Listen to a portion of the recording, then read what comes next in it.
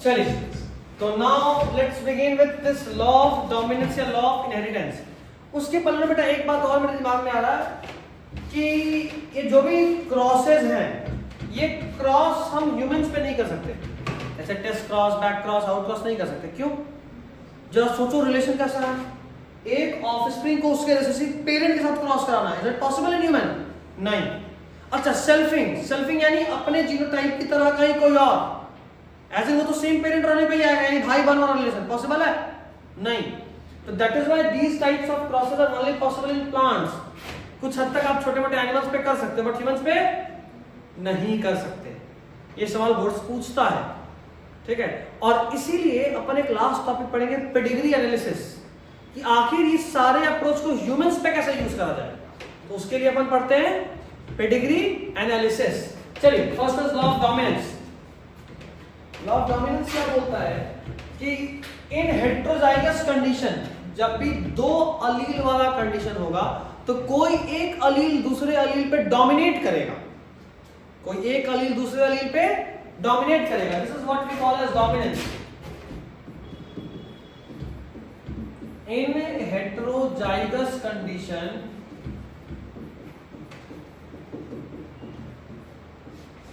one allele dominates on the other. This is what we are going to explain with the help of law of dominance. यहां पे एक दो बात आपको और समझना है। मेंडल के वक्त में ना बच्चा अपने पास ये जीन वाला कंसेप्ट नहीं था।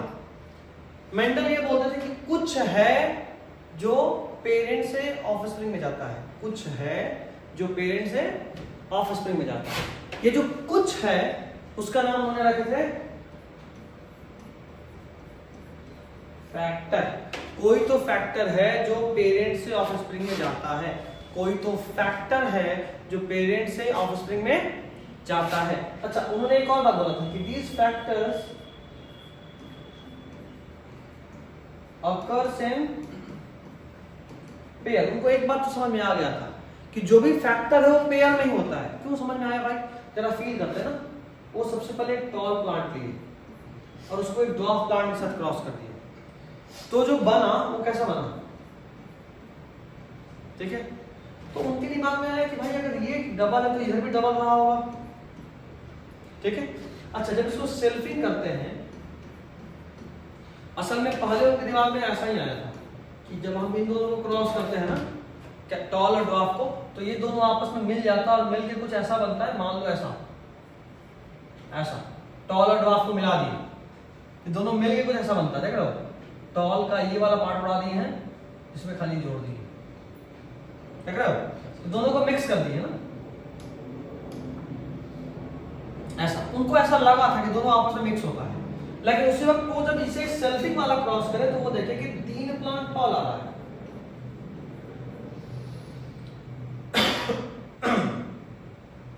3 plant are tall and 1 is dwarf. तो उनके दिमाग में एक झटका मारा कि भाई साहब अगर ये दोनों मिक्स कर गया होता तो फिर ये ड्वार्फ किसे आ रहा है? फिर तो ड्वार्फ आ ही नहीं सकता। इसका मतलब कि एक तो फैक्टर पेयर में रहा होगा और तभी तो कैपिटल टी तो स्मॉल टी कुछ ऐसा बना होगा। उनको पसंद था कि यही बना होगा पे चल रहा था, कुछ ऐसा बना होगा। और जब कुछ ऐसा बना और वो उसका सेल्फिंग करे, अच्छा एक और बात, कुछ ऐसा बना और ये दोनों आपस में मिक्स नहीं करा। उन्होंने एक और बात बोला था कि these alleles do not blend with each other. Blend यानी मिक्स, या आपस में मिक्स नहीं करते। अगर मिक्स कर गया होता, ऐसा कुछ बन गया होता, तो फिर जब इन दोनों को क्रॉस करें तो 3 टॉल, अच्छा ये तो लिख लिया ना, 3 टॉल और एक ड्वार्फ लाने के लिए तो मेरे को ये चीज चाहिए था। अगर ये दोनों मिक्स कर गया होता तो कैसे आता? ये सेपरेट था तभी तो आया, इधर से भी और इधर से भी, तभी तो ड्वार्फ बना। तो तब जाके उनके दिमाग में एक कंसेप्ट आया था कि factor occurs in pair.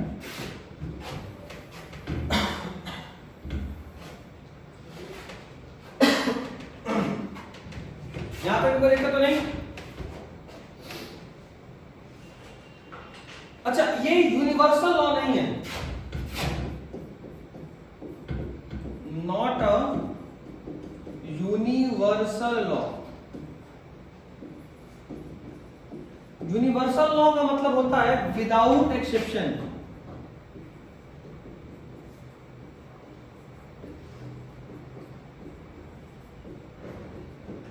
Universal law का मतलब होता है विदाउट एक्सेप्शन। तो this is not a law without exception, इसका भी एक्सेप्शन है। ये कोई एक ऐसा लॉ नहीं है जिसका एक्सेप्शन नहीं है, इस लॉ का भी एक्सेप्शन है, ये ध्यान रखना। Next is law of segregation.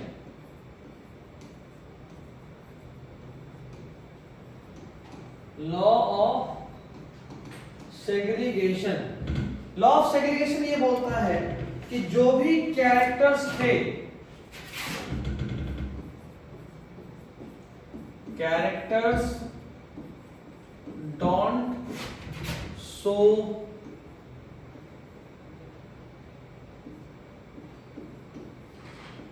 Blending. Blending का मतलब कैरेक्टर्स मिक्सिंग शो नहीं करते, characters do not show blending, ठीक है, characters do not show blending and they separate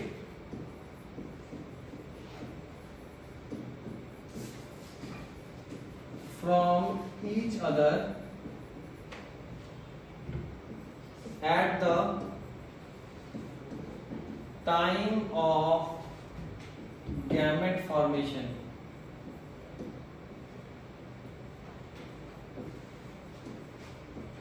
gamete formation के बाद ये अलग हो जाते हैं। जैसे कैपिटल टी या कैपिटल टी स्मॉल टी कोई ऑर्गेनिज्म था, तो ये जो दो अलील्स हैं ये आपस में मिक्स नहीं करेंगे, ये जो दो अलील्स थे ये आपस में मिक्स नहीं करेंगे और गैमेट बनते वक्त ये सेपरेट होगा, एक कैपिटल टी बन जाएगा और दूसरा, दोनों सेपरेट। तो इनमें मिक्सिंग नहीं होता, they do not show blending and the gametes at the time of gamete formation these alleles separate from each other, ठीक है। ध्यान देना है ये यूनिवर्सल लॉ है, it is a universal law. Universal law का मतलब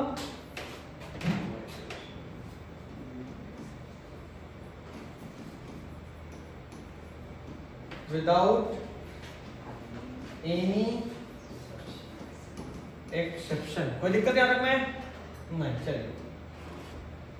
next we are to third one, law of independent assortment.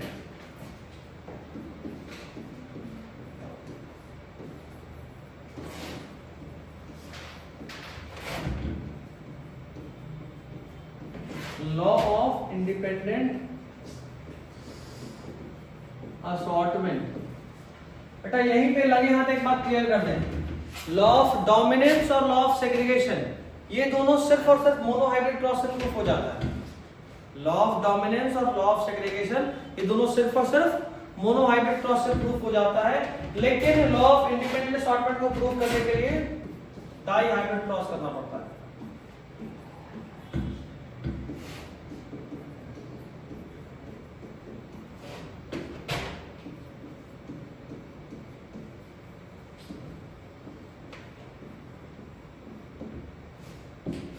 एक बात तो ये, दूसरा बात ये क्या बोलता है, one gene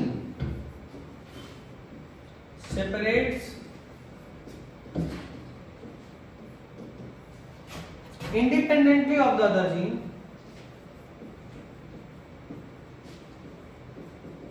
one gene separates independently of the other gene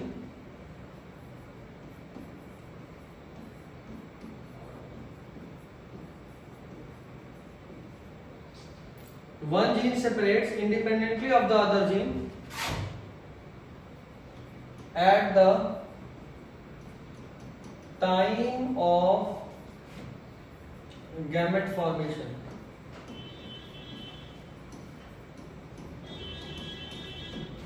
as in मान लो केस ऐसा एग्जांपल है ना, RRYY ठीक है, यार थोड़ा अच्छा लगता है ना, ये अच्छा नहीं लग रहा, ऐसा लगता है। इस केस में देखिए, अगर आपसे कोई पूछे कि इसका क्या क्या गैमेट बन सकता है, तो नाउ यू नो, आपको फॉकलर मेथड मैंने सिखाया हुआ है और ट्रिक से याद भी कराया हुआ है, तो सीधा ट्रिक यूज करते हैं। पहले में दोनों डोमिनेंट, दूसरे में पहला डोमिनेंट दूसरा रिसेसिव, तीसरे में पहला रिसेसिव दूसरा डोमिनेंट और चौथे में दोनों रिसेसिव। कोई दिक्कत? देख बेटा, गैमेट बनते वक्त क्या कहीं तुम ऐसा देख रहे हो कि जहां पे ये डोमिनेंट जाएगा वहीं ये डोमिनेंट जाएगा? एक केस तो ऐसा देख रहे हो, लेकिन दूसरे में देख रहे हो कि ये डोमिनेंट और दूसरा रिसेसिव है। तीसरे में देख रहे हो पहला जीन रिसेसिव है लेकिन दूसरा डोमिनेंट है, और चौथे में देख रहे हो दोनों जीन का अलग रिसेसिव है। यानी कोई जीन का, एक जीन ये है और दूसरा जीन ये है, ये दोनों जीन का डोमिनेंट या रिसेसिव ये दूसरे वाले जीन के इंडिपेंडेंटली ट्रांसफर हो रहा है। इसका कोई लेना देना नहीं कि जहां पे ये डोमिनेंट जाएगा वहीं ये भी डोमिनेंट जाएगा, ऐसा हो रहा है क्या? जहां ये रिसेसिव जाएगा वहां ये भी जाएगा, ऐसा हो रहा है क्या? कुछ भी हो सकता है। यानी एक जीन का allele is independently segregating from the genes of alleles of other gene, ठीक है? पर ध्यान रहे ये भी यूनिवर्सल लॉ नहीं है।